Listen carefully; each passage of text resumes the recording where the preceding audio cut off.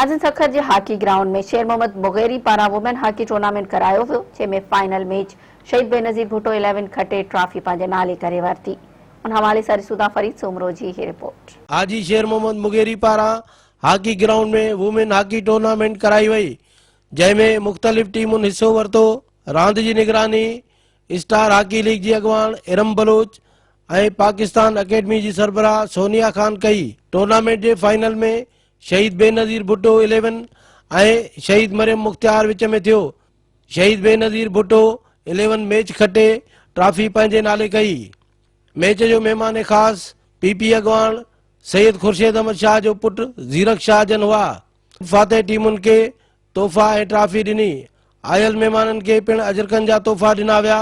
इन मौक़े ते सदर आरिफ महमूद रिज़वाना चाचर जन मेहमाननि जो शुक्रियो अदा कयो ऐं उन्हनि चयो त हिन मैच जो मक़सद कश्मीरियुनि सां इज़हारे यकजहती हुई। न पहिरें भी थींदा रहिया आहिनि। हिन ई ग्राउंड में हिन ई सखर शहर में बेनज़ीर गोल्ड कप थी चुकियो है। ॾाढो सुठो गोल्ड कप हुयो।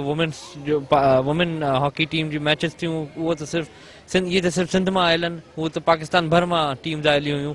त हू वॾे पैमाने ते थियो, पर ही भी हिकु वॾे पैमाने ते थिए थो। सिंध जी अंदरून सिंध जूं टीमियूं अची करे हिते रांदि रहण शुरू कयूं आहिनि। वुमेन हॉकी अकेडमी जो है वो सखर की कोलैबोरेशन के साथ इवेंट ऑर्गेनाइज किया।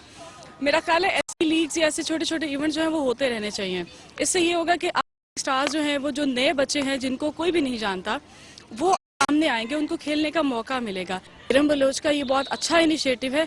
मैं समझती हूँ कि अगर एक प्राइवेट सेक्टर जो है वो अकेली यहाँ पे इतना बड़ा इवेंट जो है ऑर्गेनाइज कर सकती है, तो अगर उसे गवर्नमेंट की तरफ से सपोर्ट हो या आपके जो यहाँ की जो भी आपकी फेडरेशंस है, अगर वो सपोर्ट करे तो वो इससे भी ज़्यादा अच्छी जो है वो एक्टिविटीज़ हो सकती हैं। लड़कियों को खेलने का मौका मिल सकता है। हिकिड़ी लीग थी वञे सिंध जी हिस्ट्री में, मतलब फर्स्ट विमेन हॉकी लीग है जेका हिते असां जेको आहे सखर में ऑर्गेनाइज़ कई है। लेकिन मेज़बान असां जेका बाद वारा आहियूं पाण स्टार वुमेन हॉकी अकेडमी वारा। त इन में हर इलाइक़े जूं 2, 3, 4 छोकिरियूं सभिनी हिस्सो वरितो आहे ऐं तमामु जोश जज़्बे सां हिस्सो वरितो आहे।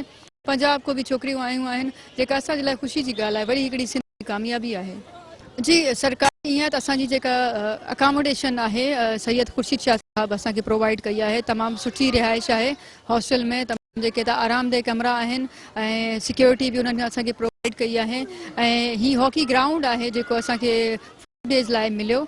ऐं उनजे अलावा असांजा कुझु स्पॉन्सर्स आहिनि। ऐं हीउ जेको कैम्प जेको मुकमल जेको supported by Haji Sher Mohammad Mugeri साहब जेको जैकाबाद जा सोशल लीडर आहिनि, उन्हनि असांखे सपोर्ट कई आहे, जंहिंसां असां तमामु जेके इहो इवेंट आहे सुठे नमूने सां असां इहो हिते कयो आहे। बलोच ने ये बहुत ज़बरदस्त इवेंट करवाया है। बहुत खुशी हुई हमें कि हमारे शहर सखर में इस तरह के इवेंट्स होते हैं।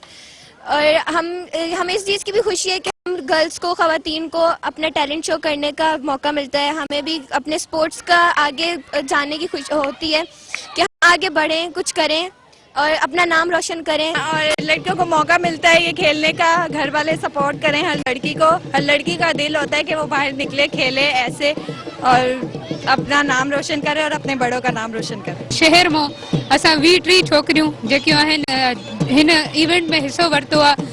हिन इवेंट जी ऑर्गेनाइज़र जेकी मैम इरम बलोच आहे, असांजी अकेडमी जी कोच ऐं सदर आहे जेकी, उन जेको आहे असांजे लाइ हिकु वॾी अचीवमेंट आहे कि असां जैकाबाद जहिड़े शहर में जिथे कोई ग्राउंड न आहे, उन शहर में अची करे असां वॾनि शहरनि जी यानी लाहौर जी टीम सां मुक़ाबिलो करे असां रनर अप थिया आहियूं। त इहा असांजे लाइ वॾी ॻाल्हि आहे कि असां इन मक़ाम ते पहुता आहियूं ऐं इंशाअल्लाह अॻिते भी असां वेंदासीं। अहिड़ा इवेंट्स थियण घुरिजनि। लीग हुई है स्टार वुमेन्स हॉकी अकेडमी की तरफ से, जिसमें हम लोगों ने रनर ली है ट्रॉफी। हम लोग बहुत खुश हैं। इस तरह के इवेंट्स होने चाहिए ताकि गर्ल्स आगे आए और पाकिस्तान का नाम रोशन कर सके। क्योंकि जब लीग्स होती हैं तो प्लेयर्स को अपना परफॉर्मेंस दिखाने का मौका मिलता है और लीग से ही अब हमारा गेम अच्छा होता है। और अगर इस तरह की लीग्स होती रहेंगी सखर में तो हम लोग इंशाल्लाह आगे जाके पाकिस्तान का नाम रोशन। फरीद सोमरो, मेहरान टीवी।